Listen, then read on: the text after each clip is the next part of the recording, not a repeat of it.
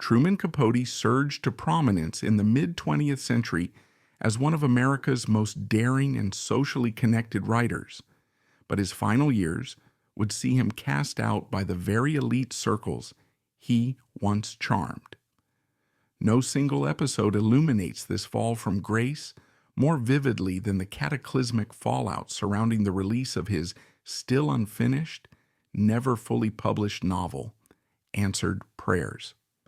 Within its chapters, Capote transformed the real lives and confidences of his closest friends, glamorous, wealthy, iconic society women he dubbed the Swans, into a series of thinly veiled vignettes. And in doing so, he effectively destroyed the friendships that had, for years, served as both his emotional lifeline and his endless trove of social gossip. The story is a tragic one, punctuated by extraordinary glamour on the one hand and bottomless despair on the other. It reveals that the cost of turning private secrets into public entertainment can be astronomically high when the secrets belong to some of the most exalted figures in mid-century New York society. In the late 1960s, Capote was riding a tide of acclaim, largely thanks to In Cold Blood, 1966, his nonfiction novel that combined investigative journalism with literary style. Alongside earlier successes from Breakfast at Tiffany's, 1958, to various short stories, he was widely regarded as one of America's essential literary voices. Socially, Capote thrived in New York's upper echelons. The world's most glamorous women, the Swans, beckoned him into the plush confines of their Fifth Avenue apartments, Palm Beach retreats, and transatlantic cruises. These women included Babe Paley, the serene, impossibly stylish wife of CBS founder William S. Paley; Slim Keith, a comedic, poised confidant of both Hollywood and the literary world; Gloria Guinness, the impeccably chic member of the Guinness beer dynasty; C.Z. Guest, whose name peppered every best-dressed list; Pamela Churchill Harriman, scion of Winston Churchill's circle and future U.S. ambassador to France; Morella Agnelli, an Italian aristocrat linked to the Fiat Empire; and Lee Radziwill, the sister of Jackie Kennedy. Collectively, these women were revered for their elegance, beauty, and mastery of the art of socializing, and Capote adored them, praising their style, gleaning their secrets, and positioning himself as their beloved court jester and confidant. Underneath that flamboyant public rapport, however, lay a quieter tension. Since around the mid-1960s, Capote had been toying with a concept for what he boasted would be his magnum opus, a novel titled Answered Prayers. He envisioned it as a book that would do for American letters what Marcel Proust's In Search of Lost Time had done for French literature, mixing autobiographical elements, fictional flourishes, and painstaking social observation. Yet he was stalled. While he collected monumental advances from publishers, such as $750,000 from Random House, and from film studios like 20th Century Fox, who paid $350,000 for the movie rights in advance, the pages themselves stayed unwritten, at least in any completed form. Instead, Capote indulged in the privileges his success had earned him, traveling with Babe Paley and her husband Bill, brunching at Slim Keith's place, cruising on the Agnellis' yacht, and so forth. The more time Capote spent living the high life, the less time he devoted to writing. Despite repeatedly missing deadlines, he first promised Answered Prayers by January 1969, then was given further deadlines of January 1970, and so on. The rumor of the novel's contents continued to swirl. People suspected he would incorporate the secrets these women had entrusted to him, but the Swans, and indeed the entire social stratum he inhabited, reassured themselves that Capote would never reveal anything truly harmful. They believed he was too enmeshed in their circle, that he loved them too much, or that he knew better than to sever the ties that offered him wealth, comfort, and the intangible joys of closeness with society's queens. Yet inside, Capote harbored a more complicated view. In scattered private remarks, he suggested that what he was doing, archiving the confessions of the powerful, was his artistic mission. He told one friend, "I'm a writer. I use everything." According to multiple sources, whenever doubts rose about the morality of betraying these confidences, Capote brushed it off, once remarking with a wave of his hand, "They won't know it's them. They're too dumb." In 1975, Capote took what would prove a disastrous step.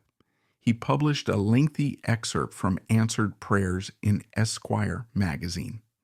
The excerpt, titled La Côte Basque, 1965, was an 11,000-word portion that Capote believed would re-spark public interest in his long-overdue masterpiece. But he also rationalized to himself that none of his swans would really be offended. Maybe they'd consider it comedic, or maybe they'd be flattered. Instead, the effect was cataclysmic. As soon as the issue hit the stands, the entire world of Manhattan's upper crust recognized themselves in the characters. Pseudonyms were thinly cloaked, private affairs, humiliations, and petty grudges were laid out in near verbatim detail. The swans felt blindsided, furious, and humiliated. They recognized the allusions to them with unerring clarity, even if the text tried to rename them. Readers at dinner parties across the city recognized them too, leading to wide gossip. The hushed whispers of, "Have you read the piece? This one is definitely Babe. This one is definitely Slim." What Capote had once jokingly called mere gossip, converted into literature, came across as a massive betrayal to the people who had trusted him. One particularly damning anecdote concerned William Paley, CBS magnate and husband to Babe Paley, who was alleged to have had a humiliating one-night stand with the wife of a prominent political figure. In Capote's text, the man tries to rid the marital bed of bloodstains after discovering, too late, that the woman was menstruating. This story had been shared in confidence with Capote by Babe Paley, who confided the personal heartbreak and betrayal. Now in La Côte Basque, the entire humiliating affair was immortalized for all the world to read. The sense of personal betrayal for Babe was absolute. Not only had Capote used her secret, but he'd couched it in cynical, mocking language that suggested the encounter was fueled by petty revenge fantasies on the part of the man. Babe Paley, who had previously lavished Capote with luxurious trips, expensive gifts, and unwavering loyalty, never spoke to him again. For others, the revelations were equally damning. Slim Keith recognized aspects of herself in the text, a comedic attempt to rebrand her persona under another name, Lady Ina. Scenes described her dispensing malicious gossip at table after table in a Manhattan restaurant, recounting horrifying personal secrets about mutual acquaintances. Slim realized with horror that Capote's portrayal transformed her into a venomous chatterbox. She severed ties with him. Similarly, Pamela Churchill Harriman and Gloria Guinness were outraged by cameo references that laid bare their private affairs or insecurities. A universal chord among them was, "How could he do this to us?" Many recalled the times they'd confided their deepest pains or regrets, like Lee Radzawill's confession of envy toward her sister Jackie Kennedy, and realized that the words they had shared in hush-hush intimacy had been lifted wholesale into the excerpt's biting dialogue. There was no comedic distance, no protective rewriting. They felt nakedly exposed. Capote, for his part, was initially gleeful. He told friends that publication day was to be a glorious unveiling, and that nobody would be too upset. "These people are so busy with their own illusions," he reportedly said. They won't even see themselves. The reality, though, was immediate. The calls from the swans ceased. Invitations to social gatherings evaporated. People cut him off abruptly. Paley, so central to his glamorous life, canceled him from her phone book. Slim refused to acknowledge him. One day, Capote tried sending Slim Keith a small, self-effacing note. Something like, "I have decided to forgive you." Obviously an attempt at comedic manipulation, but she never responded. For Capote, the silence became suffocating. He realized too late how deeply he had wounded the very people whose orbit validated him. The man known for witty conversation and ephemeral amusements found himself locked in his United Nations Plaza apartment, crying in self-pity, asking how it all came to this. Some accounts say he would fling himself on the bed, repeating, "I didn't mean to, I thought they'd come back." Yet he also insisted that as a writer he had the right to use everything in his life. "I am not a hanger-on," he once snapped to an acquaintance. "I am an artist." Artists must exploit every experience. But some were unimpressed with that rationale, describing him as more of a gossip columnist than a serious writer. The published excerpt itself displayed a mean-spirited tone, focusing on humiliations and petty vendettas rather than the depth or empathy associated with Capote's best writing. Even Mara Agnelli, who was no longer close to him by that time, had glimpsed an earlier draft and found it shallow, crass, and full of unfiltered venom. She walked away convinced that behind Capote's comedic facade was a petty desire to savage the world that had pampered him. His meltdown accelerated. Random House, which had already advanced him a fortune for answered prayers, pressed for the full manuscript. 20th Century Fox demanded he repay the $200,000 advance for the film rights because he had missed so many deadlines. He drank heavily, swallowed pills, sometimes stumbled into talk shows or public appearances in a state of delirium. At one point, he told the talk show host Dick Cavett that nobody's going to be upset except those left out, still holding on to the belief that the swans might eventually forgive him. But the swans were unyielding. They felt betrayed not simply by his portrayal of them, but by how he had packaged their confidential heartbreak as comedic spectacle.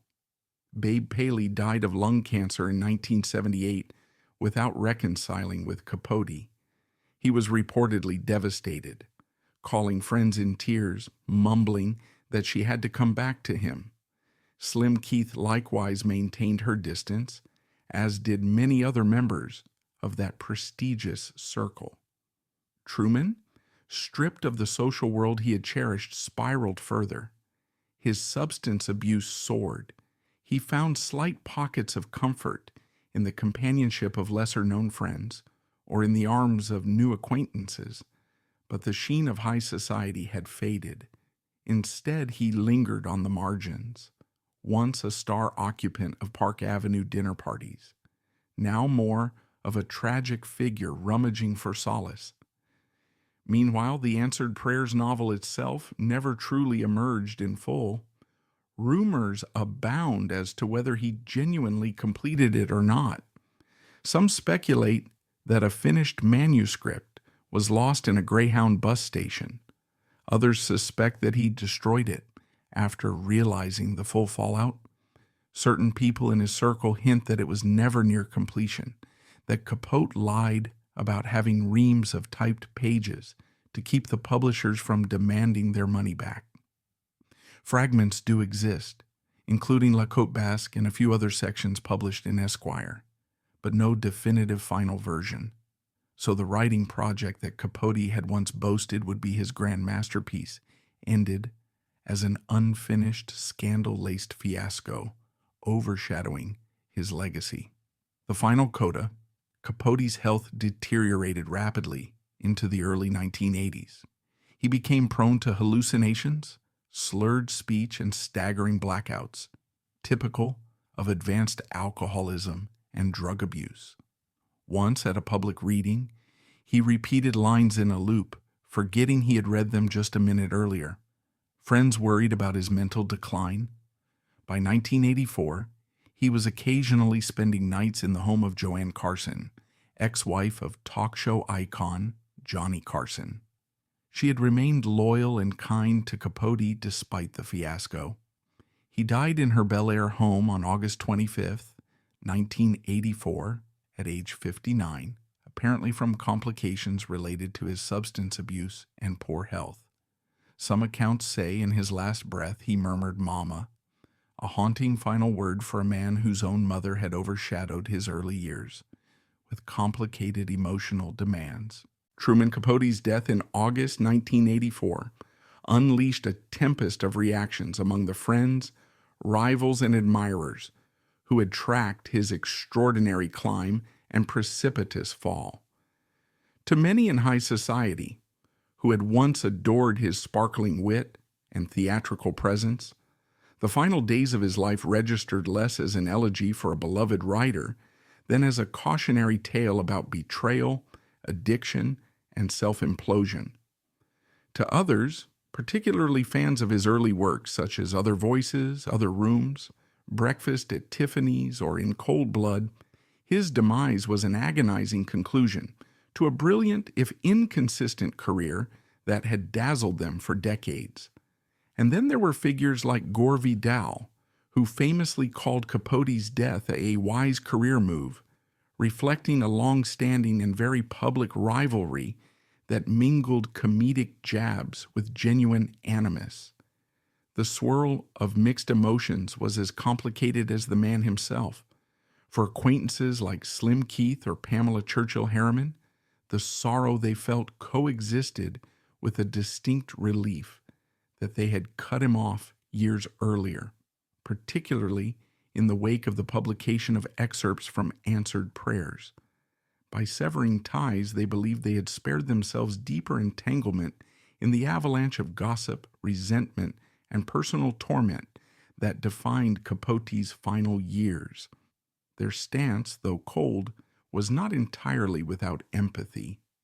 In private correspondence, Keith once confided to a friend that she felt sad for Capote's evident loneliness and unraveling mental state, but insisted that no one could undo the damage he inflicted on us. Pamela Churchill Harriman reportedly made similar remarks in discreet company, saying that while she had pity for him, she could not have remained allied with someone who leveraged her inner confessions for comedic fodder in half-finished novelistic chapters. Such sentiments represent only one layer of the manifold responses to Capote's final days. Younger fans, who perhaps had never witnessed him holding court at Manhattan dinner parties or bantering on the Dick Cavett Show, simply regarded him as the author of 2 or 3 major books that continue to shape modern American literature. Other Voices, Other Rooms, 1948, Breakfast at Tiffany's, 1958, and In Cold Blood, 1966.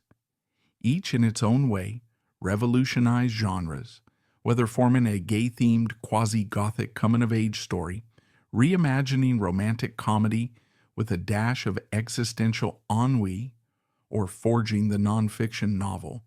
For these fans, the knowledge that Capote had spent his last decade forging comedic cynicism out of his circle's secrets, and, in doing so, was widely shunned, cast a pall of tragedy over a once luminous reputation.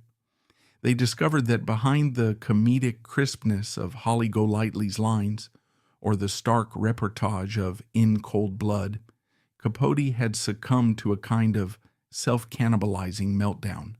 Even the partial remains of Answered Prayers, the chapters that saw the light of day, betray a writer turning comedic wit into a savage weapon, scrawling malicious gossip behind the veneer of fiction.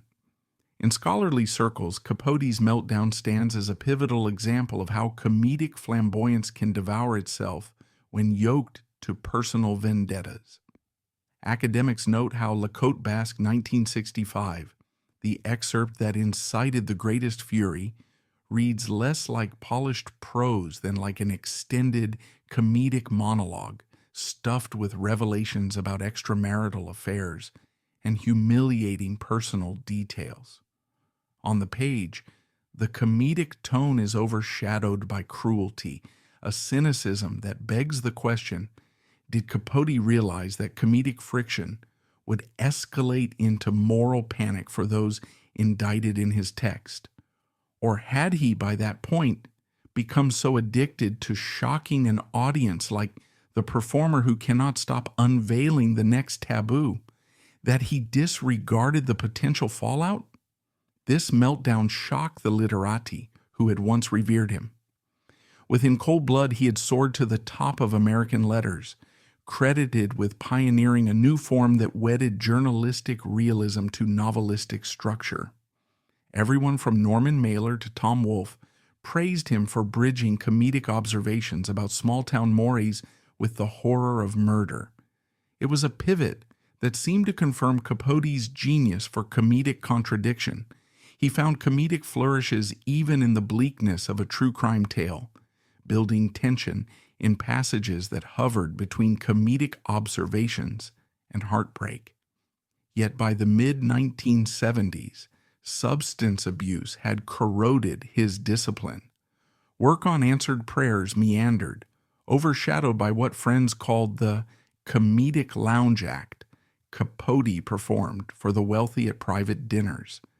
Instead of comedic allusions that advanced a narrative, it devolved into comedic spite, culminating in that excerpt's blistering personal betrayals.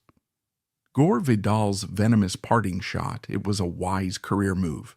In the aftermath of Truman Capote's passing has become one of the most indelible, if disturbing, summaries of their long-standing rivalry. The pithy phrase condenses decades of comedic malice, a witty but chilling retort from an intellectual who was once Capote's rough contemporary in social commentary and satirical flamboyance. At one point in time, they formed parallel orbits, each recognized as an openly gay luminary forging shrewd comedic critiques of America's hypocrisies. Over years, that parallel existence devolved into rancor as each tried to undercut the other's significance with comedic barbs, culminating in a bizarre synergy of comedic viciousness that ironically mirrored Capote's own destructive impulses. Vidal's reaction, delivered with glacial composure, stands as a perfect, if harsh, coda to the comedic illusions that both men once invoked to spar with one another in public settings. In the immediate wake of Capote's death in August 1984, many tried to salvage the notion of his unfinished novel, Answered Prayers. Critics, fans, and even a few holdout friends scoured rumors for any sign of a completed manuscript. According to speculation, there might be a locked trunk somewhere in the Midwest, or an undisclosed bank vault, or perhaps an inherited box in the possession of one of his ex-friends or lost heirs. Each rumor conjured comedic illusions of a masterpiece lying dormant, a missing Proustian text that could redeem the fiasco Capote had unleashed, with partial excerpts like La Côte Basque, 1965.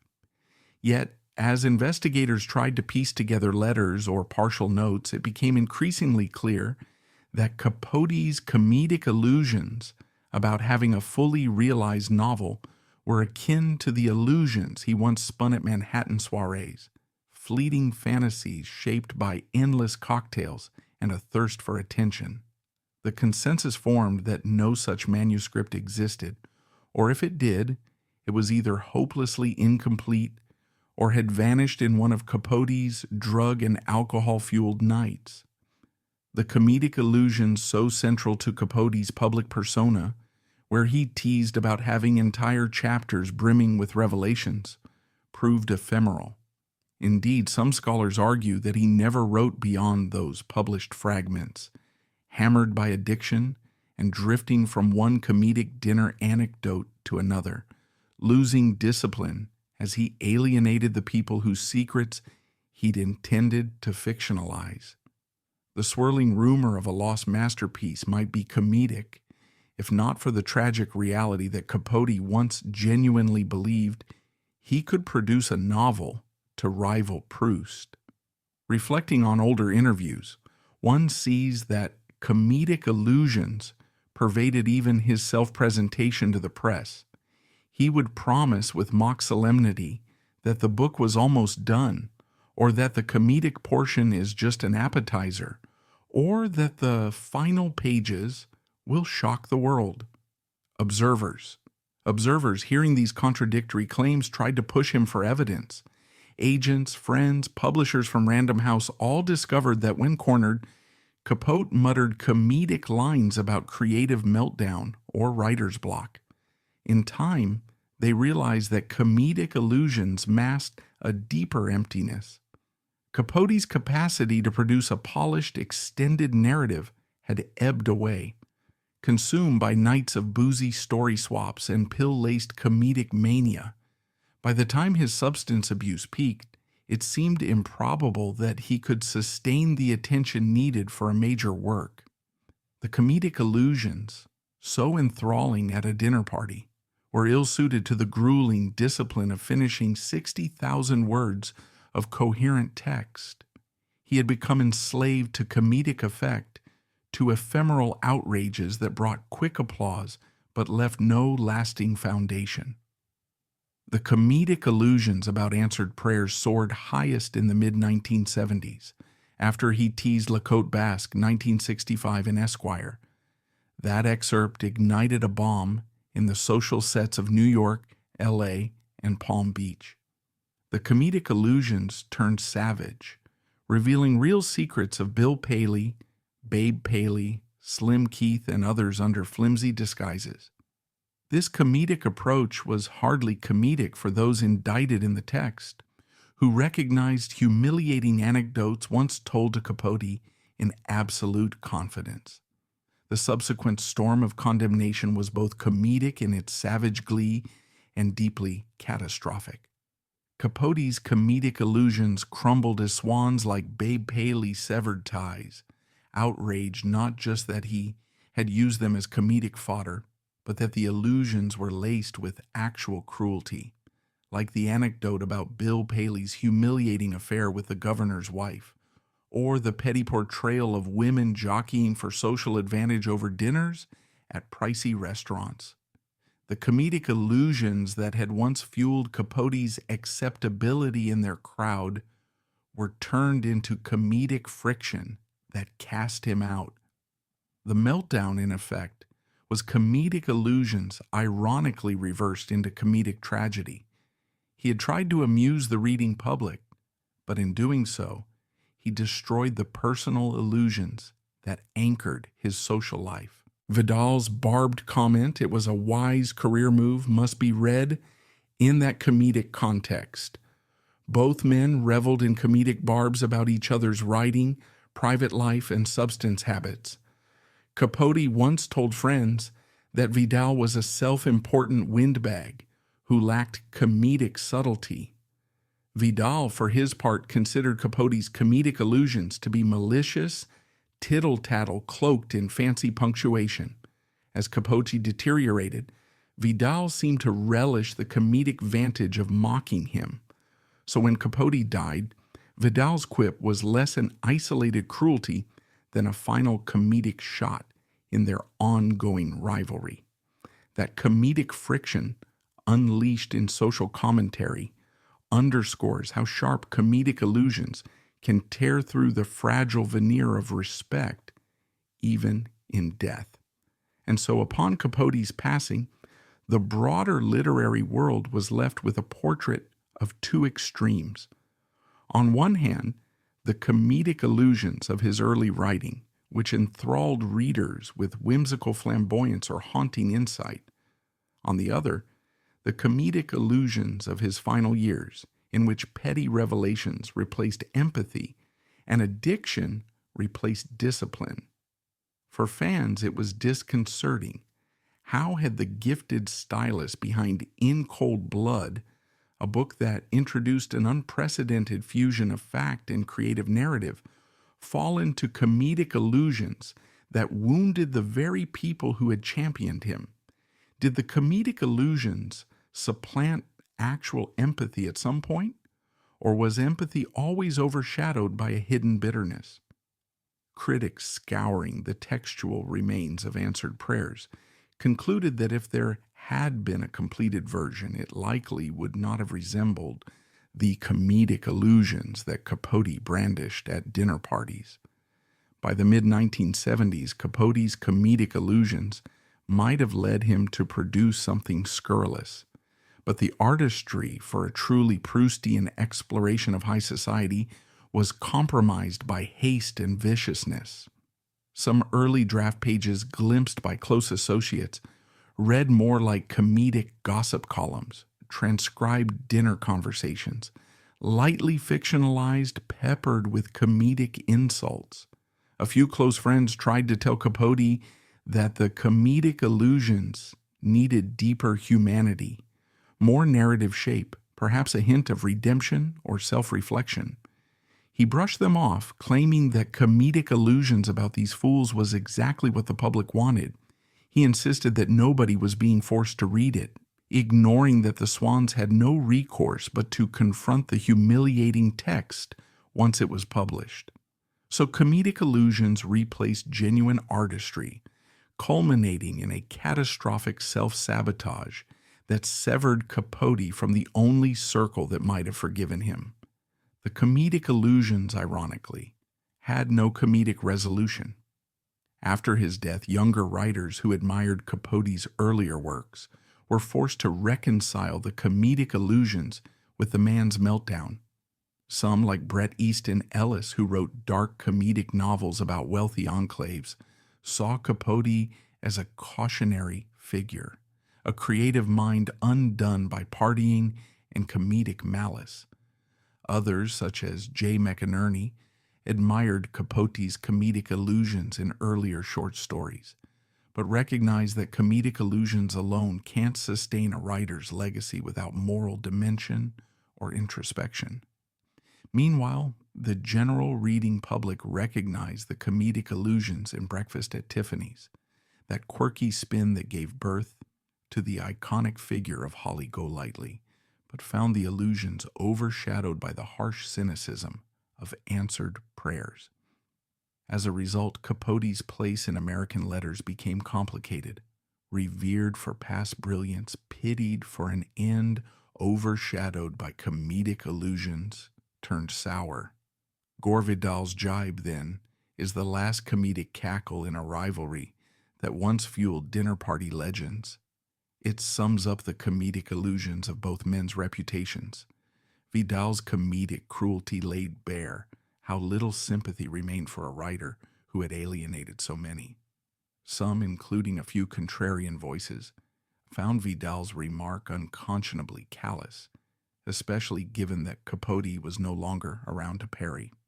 Yet others, secretly or openly, felt the comedic illusions had become so toxic that even death might not absolve Capote's betrayal. A wise career move, Vidal said, lodging perhaps the final comedic arrow. In subsequent years, scholars, journalists, and curious fans have rummaged for more details about Capote's final months, hoping to piece together whether comedic illusions about finishing answered prayers had any basis. Did he store a near-finished manuscript in a Nebraska bus locker? Did he consign pages to a friend's basement? Or did comedic illusions serve as a cover for near-total writer's block, augmented by his addictions to alcohol, tranquilizers, and sometimes stimulants? The narrative that gains the most traction is that comedic illusions replaced real progress, and that he never wrote anything close to a coherent 60,000-word text. The retribution from Fox, who demanded he repay advances, and from Random House, who repeatedly extended deadlines, shows how comedic illusions cannot placate business deals. He missed contractual obligations, floundered with comedic excuses, and ended up burying himself in tabloid fiascos, rather than forging a triumphant novelistic portrait of American high society. For those who once loved Capote, the comedic illusions that had enthralled them at private dinners were revealed to be double-edged. The comedic illusions that once made them laugh, his wry teasing about so-and-so's affair, turned lethal when set in type. This might serve as a timeless illustration that comedic illusions thrive best in ephemeral conversation, where disclaimers like off the record or just between us maintain trust. Once comedic illusions escalate to published text, the ramifications can be unstoppable, especially if the illusions involve real people's heartbreak or humiliations. The comedic illusions lose their ephemeral charm and become a permanent record of betrayal. That dynamic is what severed relationships like the one with Babe Paley, arguably the most tragic casualty. She had opened her life to Capote, convinced his comedic illusions were good fun, never suspecting he would transform her deepest marital humiliations into comedic punchlines. When she read La Côte Basque 1965, she found intimate secrets about Bill Paley's extramarital fiasco splayed out for mass consumption. The comedic illusions were no longer comedic. They were scathing exposés, humiliating an entire family. She died before any reconciliation could happen. Capote, for his part, locked himself in his apartment, wailing at the phone that never rang. The comedic illusions had devoured him, leaving only regret. In the final analysis, Capote's meltdown compels reflection on comedic illusions in literature. When comedic illusions are employed with the artistry and empathy, they can amuse and enthrall without undue harm. But when comedic illusions morph into malicious revelations, they can devastate both the targets and their purveyor. Capote's addiction to comedic illusions overshadowed his gift for nuanced narrative, turning him from brilliant social chronicler to scandal monger. The comedic illusions about finishing a great novel ironically overshadowed the tragedy that he never did so, leaving only fragmentary chapters that read as comedic venom, incomplete and overshadowed by personal meltdown. Hence, readers confronting his final published works face a mix of admiration and sorrow. Those comedic illusions that once propelled him to the pinnacle of Manhattan's social swirl ended in comedic damnation. Exiled from the dinner tables he once ruled, the comedic illusions that gave him a seat among the swans metamorphosed into comedic illusions that severed those ties.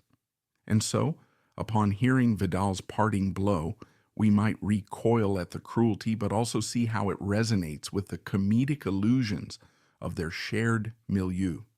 Vidal's line was less an indictment of Capote's entire life than a final comedic commentary on a self-immolation that had become public spectacle, a last comedic arrow fired across a deserted battlefield, where Capote's social alliances lay in ruins.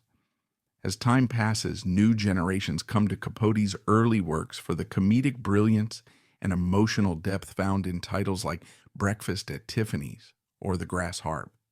They might discover with shock that this comedic virtuoso ended in a swirl of betrayal, half-truths, broken deals, and the comedic illusions of answered prayers. For them, the comedic illusions stand as an object lesson in how a writer can simultaneously enthrall a circle and destroy it with a single pen stroke. Even so, Capote's name endures in literary canons.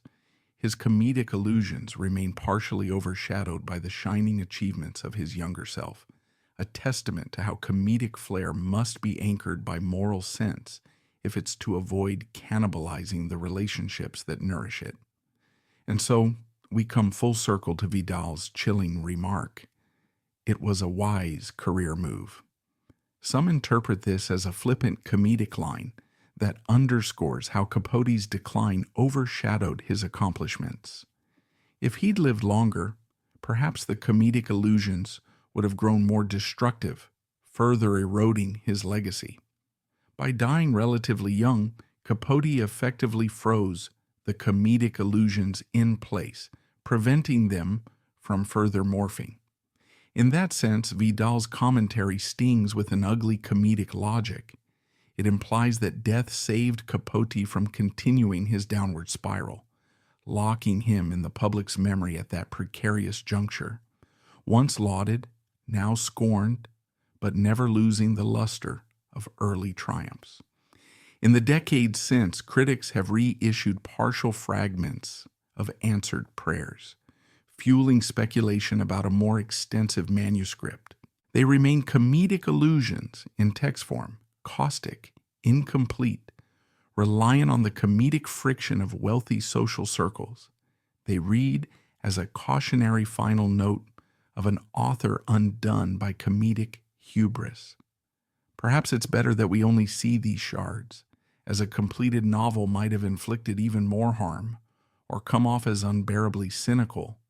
The comedic illusions that once enticed the public to demand, "When is the book coming?"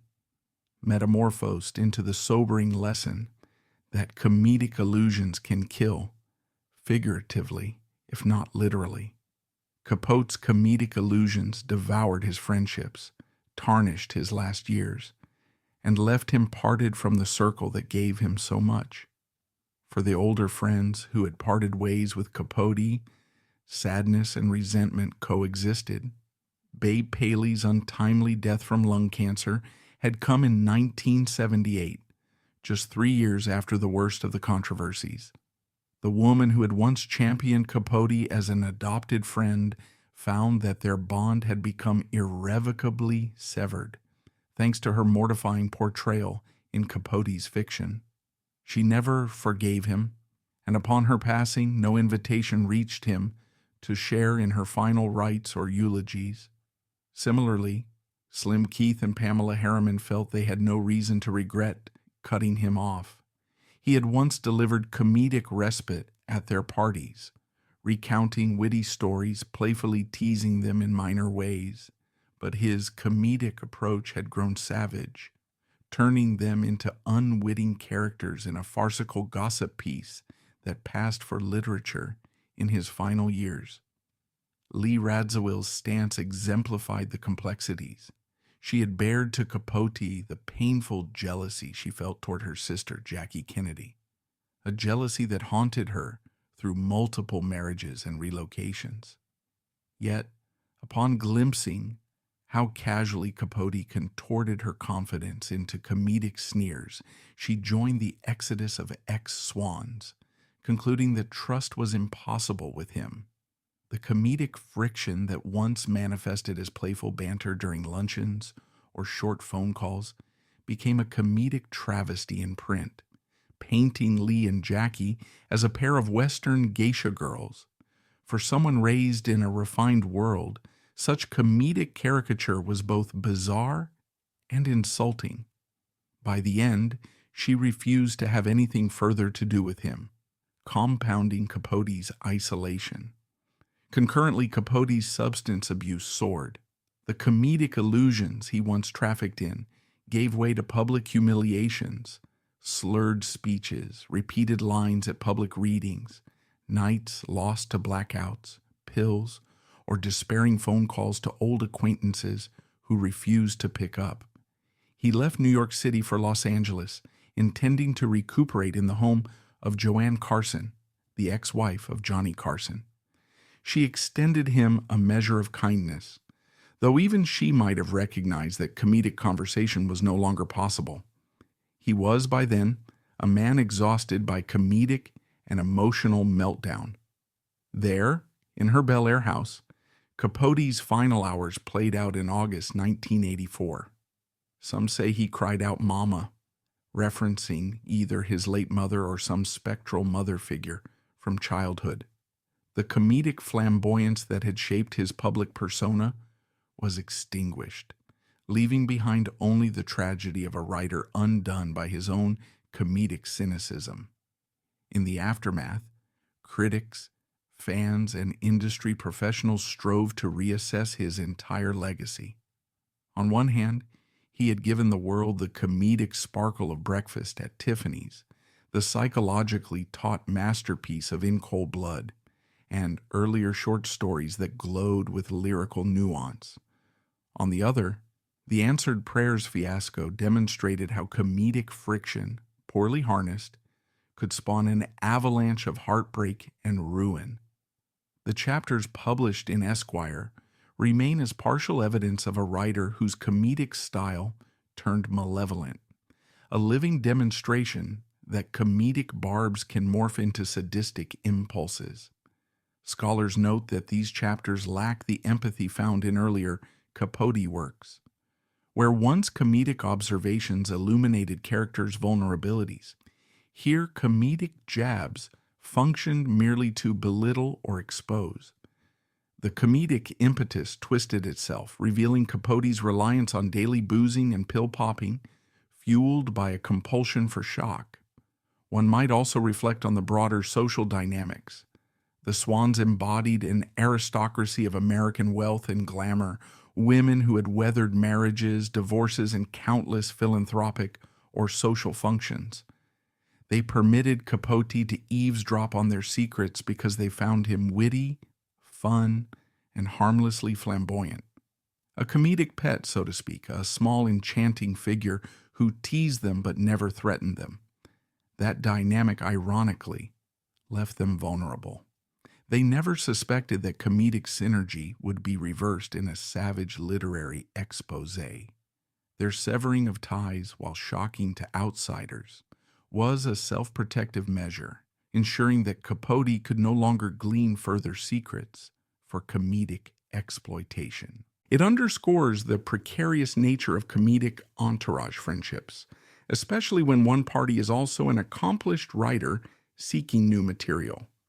The circle of old-line Manhattan socialites, after divorcing themselves from Capote, closed ranks. They rarely spoke of him publicly, or if they did, it was with a faint sadness that always included a note of finality. This quiet hush further consigned him to an outer darkness, diminishing the comedic friction that used to define their gatherings. Critics have sometimes framed this as a Shakespearean downfall. The court jester overstepped his comedic prerogative by mocking the king and queen, and as punishment was banished. Even so, the comedic undercurrent of his character did not vanish from the public sphere. People who read the full range of his works found that comedic verve persisted in his best writing, like the comedic dialogues in Breakfast at Tiffany's or the comedic asides in certain short stories. That comedic voice, so enchanting in small doses, metastasized into maliciousness when turned on the Swans. In that sense, his meltdown underscores an inherent tension in comedic friction. It can enthrall or devastate depending on the boundaries a person sets. Truman, stoked by addiction and overshadowed by self-destructive impulses, had lost sight of those boundaries altogether. Posthumously, the question of whether Capote's comedic meltdown overshadowed his literary achievements remains open. Some readers approach him solely for In Cold Blood, ignoring the personal fiascos of Answered Prayers. Others, especially gossip historians and fans of scandal, zero in on the comedic allusions turned sour. La Côte Basque, 1965, stands as a testament to comedic allusions that eviscerated old alliances. Documentaries and biographies about him inevitably devote chapters to this meltdown, highlighting how comedic friction with New York's social elite escalated into a final tragedy. They note how the comedic synergy that once made him the darling of dinner parties ironically became a comedic hostility, dooming him to pariah status. In Q&A sessions or historical symposiums, experts argue that had Capote possessed a stable sense of moral direction or a loyal editorial council, Answered Prayers might have emerged as a comedic novel that, while dishy, retained empathy. Instead, the venom and comedic cruelty triumphed. For fans of gossip-laced comedic illusions, Answered Prayers might read as a darkly entertaining artifact, but its shards reflect only a partial text, hinting at the rancor fueling his last years. Those who relish comedic takedowns might cackle at the barbed remarks about Babe Paley's personal humiliations or the sly stabs at Lee Radziwill's envy.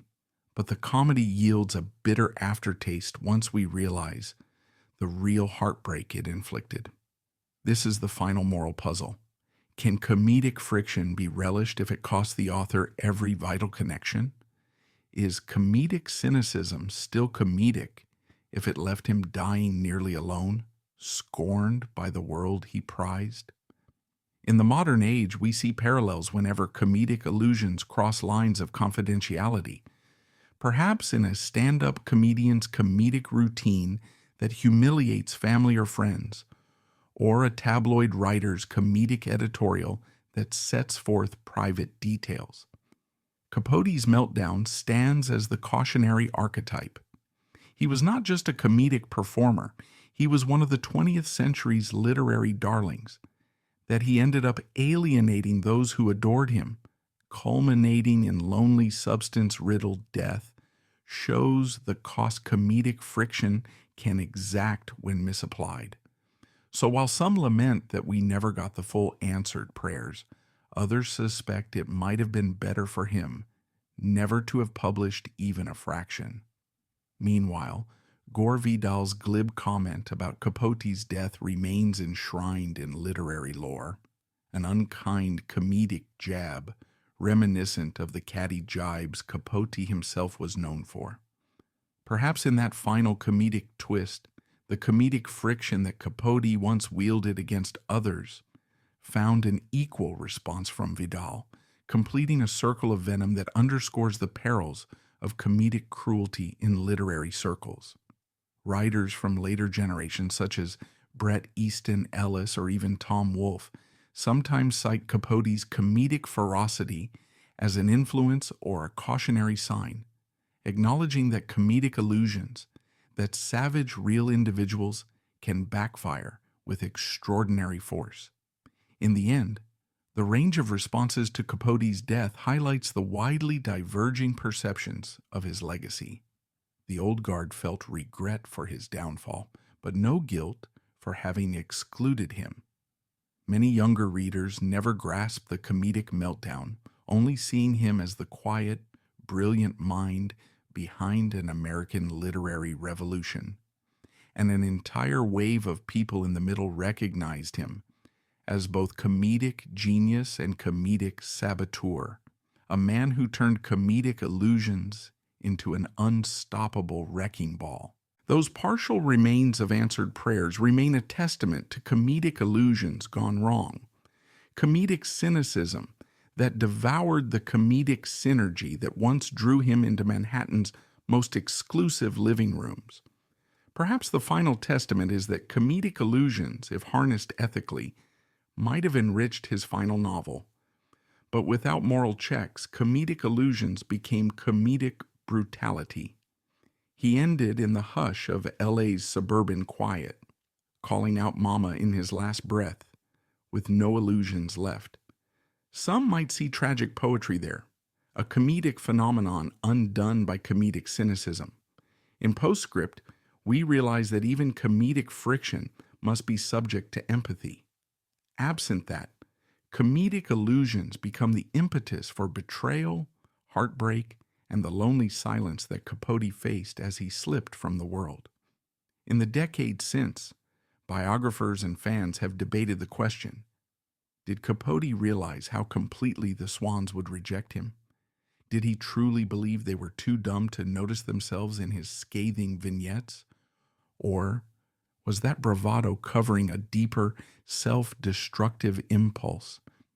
Some psychoanalytic readings propose that Capote had grown resentful of their privilege, of being the court jester who, despite being showered with gifts, was never quite an equal in their circles. Perhaps subconsciously, he chose to punish them for the intangible slights he felt, or for the illusions of acceptance that, in his mind, might have been partially false. Others see it as a naive miscalculation, a writer's flawed assumption that comedic reveals would amuse rather than wound. Still others see it as pure self-sabotage, an extension of Capote's addiction cycle. From a literary viewpoint, one might note how Lacote Basque, 1965, lacks the compassion of Capote's earlier achievements. Where in Cold Blood offered empathy for small-town tragedy and Breakfast at Tiffany's, brimmed with a tender portrayal of lost souls in New York, the excerpt from Answered Prayers is relentless, comedic, but bitter. It ridicules the confidences of ex-lovers, humiliates the staff at wealthy dinners, and ironically portrays the narrator as an aloof observer who cares little for the emotional fallout of his comedic jabs. Critics writing about it in 1975 recognized the comedic potential, but found it overshadowed by cruelty. One wrote, "It is as though the great social writer of the age has devolved into a malicious gossip column with literary polish. The comedic friction that once brightened Capote's social gatherings had turned into comedic aggression. What remains, then, of Capote's final days is a cautionary tale about the lethal mix of ambition, personal vendetta, comedic irreverence, and substance addiction. The comedic friction that might have enthralled a small circle at dinner parties turned monstrous when set in print, and ironically, some of the swans might indeed have recognized comedic exaggeration in those pages, if they had not also recognized their own darkest secrets laid bare. By the time of his end, that comedic friction had consumed him, leaving a writer who once soared in the world's best social circles to die in near isolation, estranged from the hearts he once charmed. In the realm of modern pop culture, Capote's downfall is sometimes overshadowed by more glamorous retellings of his earlier triumphs, or by the mania around In Cold Blood. Yet for those who study the interplay of gossip, comedic friction, and literary sabotage, the saga of Capote and the Swans is an unmatched example.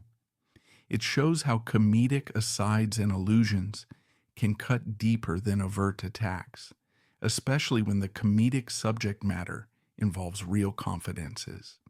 The ephemeral comedic synergy that delighted Manhattan's upper crust was reversed into a comedic fiasco that destroyed him.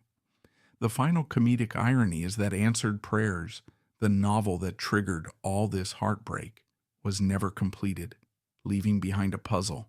Did Capote even have enough to deliver an actual masterpiece?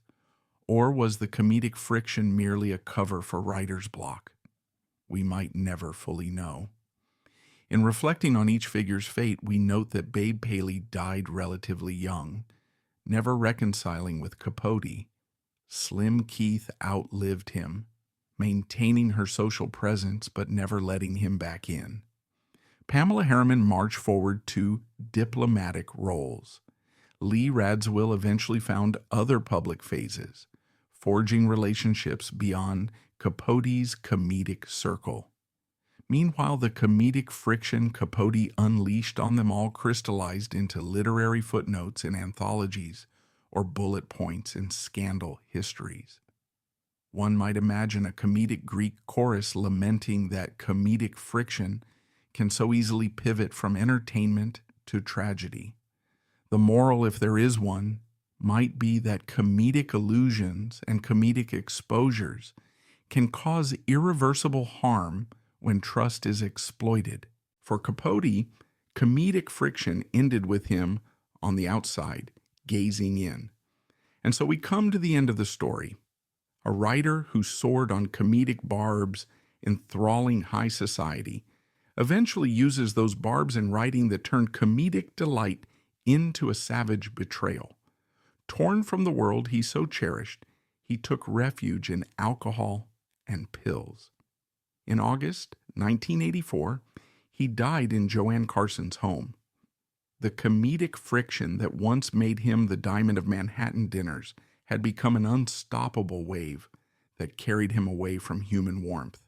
And so knowledge of his final hours leaves us to wonder, was comedic friction inevitably fated to devour him?